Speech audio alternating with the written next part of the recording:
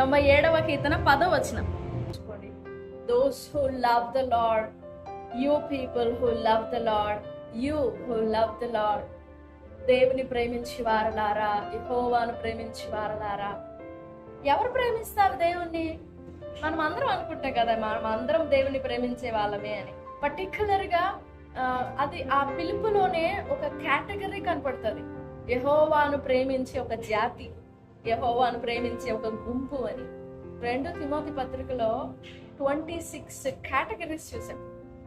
మీరు తర్వాత చదువుకోండి. 2 తిమోతి పత్రిక 3వ అధ్యాయంలో ఒక పెద్ద లిస్ట్ ఉంటుంది. 26 కేటగిరీస్ ఆఫ్ పీపుల్ ఉన్నారు. వంచకులు, దోషకులు, చాలా టైప్స్ ఉన్నాయి. అలాంటి వాటిల్లో యెహోవాను ప్రేమించే వారు ఒక కేటగిరీ.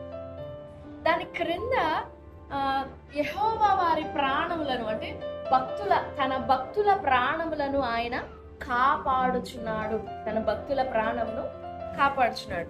సామెతల గ్రంథము 21వ అధ్యాయం 1వ వచనం.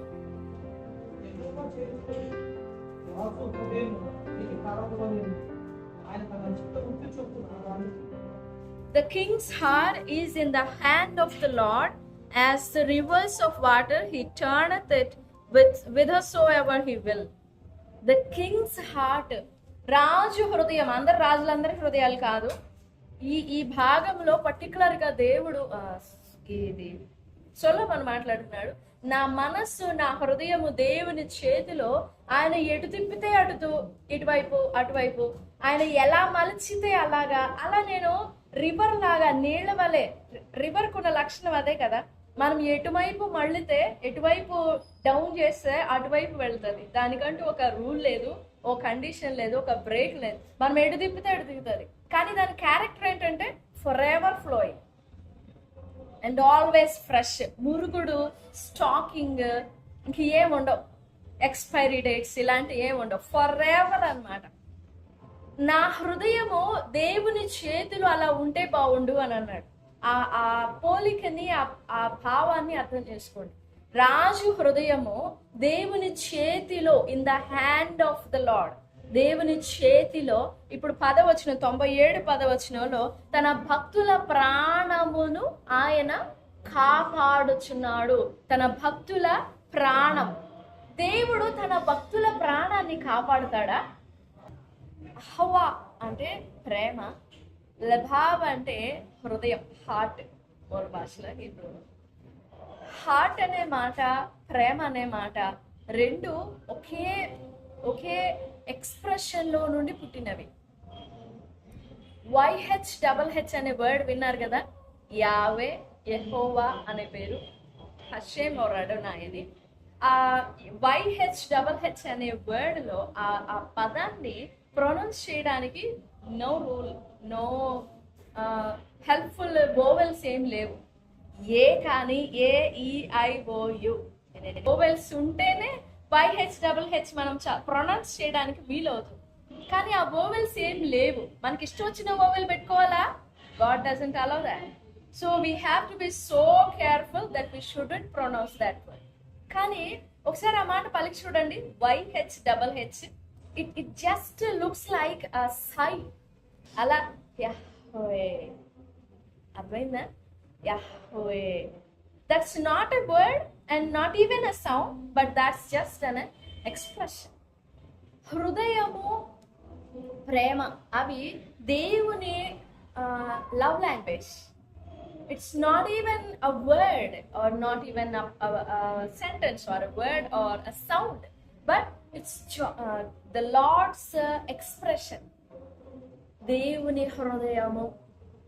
అందుకే దావీదుని గురించి వ్రాయబడినప్పుడు దావీదు హృదయము యోనాతాను హృదయముతో పనివేసుకోవడం అంటే ఇది. సో దేవుడు మనల్ని ప్రేమించినప్పుడు, దేవుడు మనల్ని జ్ఞాపకం చేసుకున్నప్పుడు, the Lord remembers us the same way. నా జీవం తోడు అన్నాడు. ఎవరితో? అబ్రహాముతో. నా జీవము తోడు అబ్రహాముతో, నా పరిశుద్ధత తోడని ఎవరితో? దావీదుతో. నా రక్తం తోడని యేసు ప్రభు వారితో.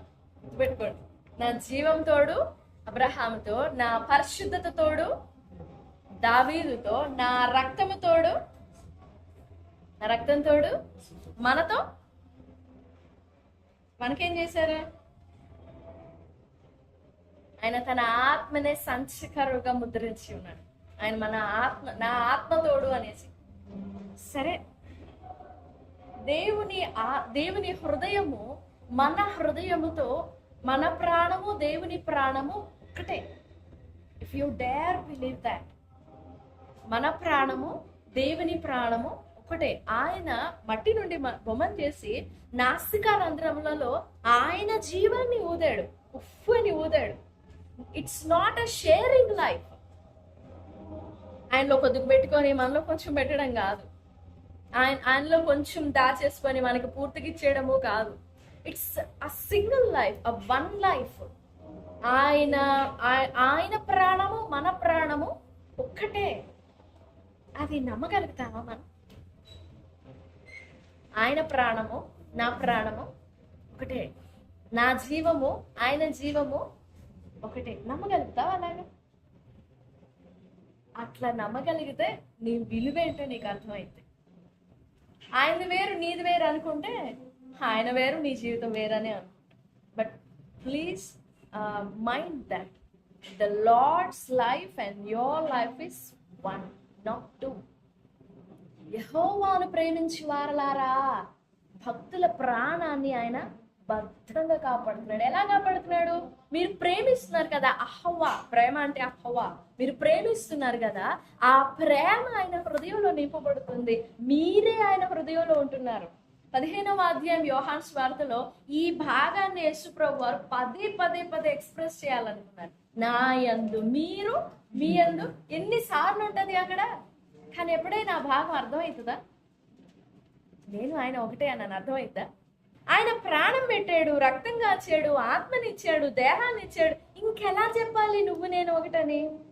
మన ఇద్దరం ఒకటే. So love me, you can believe me. నువ్వు నన్ను నమ్మొచ్చు. అన్ని పక్కన పెట్టేసి, దేవా ఇదిగో ఈ టైంలో నిన్ను నమ్మొచ్చా? మన ప్రార్థనలో మనం అడిగే క్వశ్చన్ అలాగుంటుంది. నిన్ను ఈ పరిస్థితిలో, ఇదిగో ఈ చాయిస్ విషయంలో నిన్ను నమ్మొచ్చా? Can I trust you? నమ్మొచ్చా? నమ్మదగిన వాడవేనా అన్నట్లుంటాయి మన పదాలు ప్రార్థనలో, మన ప్రార్థనలు కూడా. No, you and God are one. అలా ఏకీభవించబడ్డాము యేసు ప్రభు వారి బలియాగం ద్వారా.